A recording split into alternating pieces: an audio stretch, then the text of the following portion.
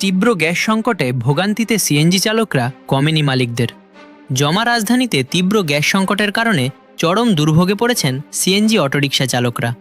ঘন্টার পর ঘন্টা ফিলিং স্টেশনে লাইনে অপেক্ষা করেও প্রয়োজনীয় পরিমাণ গ্যাস না পাওয়ায় প্রতিদিনের ট্রিপ উল্লেখযোগ্যভাবে কমে যাচ্ছে।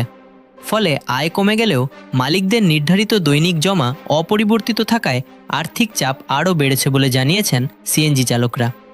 সোমবার ৩ আগস্ট রাজধানীর বিভিন্ন সিএনজি ফিলিং স্টেশন ঘুরে দীর্ঘ যানজট ও গ্যাস নেওয়ার অপেক্ষায় থাকা অটোরিকশার সারি দেখা যায়। গ্যাসের সীমিত সরবরাহের কারণে অনেক চালককে কয়েক ঘন্টা অপেক্ষা করতে হচ্ছে। এতে দিনের বড় একটি সময় লাইনে কাটিয়ে দিতে হওয়ায় স্বাভাবিকভাবে ট্রিপের সংখ্যা কমে যাচ্ছে। সিএনজি চালকদের দাবি, বর্তমানে যে পরিমাণ গ্যাস পাওয়া যাচ্ছে তা দিয়ে আগের মতো সারাদিন গাড়ি চালানো সম্ভব হচ্ছে না।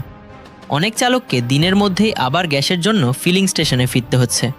এতে সময়ের অপচয়ের পাশাপাশি আয়ও উল্লেখযোগ্যভাবে কমে যাচ্ছে। এদিকে আয় কমে গেলেও অধিকাংশ ক্ষেত্রে মালিকদের নির্ধারিত দৈনিক জমার পরিমাণে কোনো পরিবর্তন আসেনি। রাজধানীতে একটি সিএনজি অটোরিকশার দৈনিক জমা সাধারণত ১,১৫০ থেকে ১,২০০ টাকা এবং অর্ধদিবসের জমা প্রায় ৮০০ টাকা।